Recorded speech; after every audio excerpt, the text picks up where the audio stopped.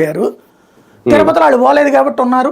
చిన్న చిత్తగా కొంతమంది పోయారు, కులం ప్రాతిపదికన పోయారు కొంతమంది. అట్లుంటాయి లెక్కలన్నీ కూడా.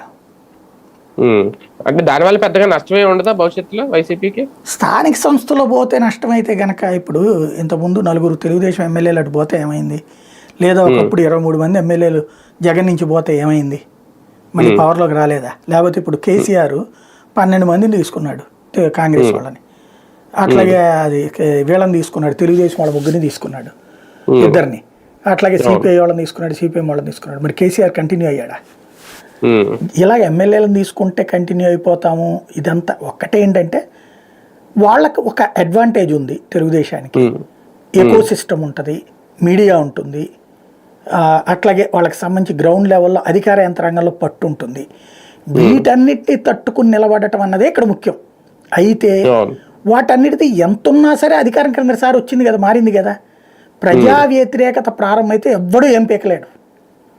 కేసీఆర్ మీద ఒక విరక్తి వచ్చేసింది, అహంకారపూరిత ధోరణి, దెబ్బ కొట్టారు. జగన్ మీద అట్లాంటి ధోరణి వచ్చింది, ఇతను అహంకారపూరిత ధోరణి అన్నటువంటి దెబ్బ కొట్టారు. మళ్ళీ ఇప్పుడున్న పాలకులు అక్కడ రేవంత్ రెడ్డి అహంకారపూరిత ధోరణి ప్రదర్శిస్తున్నాడు కాబట్టి అక్కడ ఆటోమేటిక్గా తేడా ఉంటుంది. ఇప్పుడు ఇక్కడ ఏ తప్పు అయితే అంటే జగన్ వాళ్ళని లోపల ఇచ్చాడు, వీళ్ళని లోపల ఇచ్చాడు, ప్రజాస్వామ్యాన్ని అపహాస్యం చేస్తున్నాడని తిట్టి ఇవాళ మేము అదే చేస్తాం.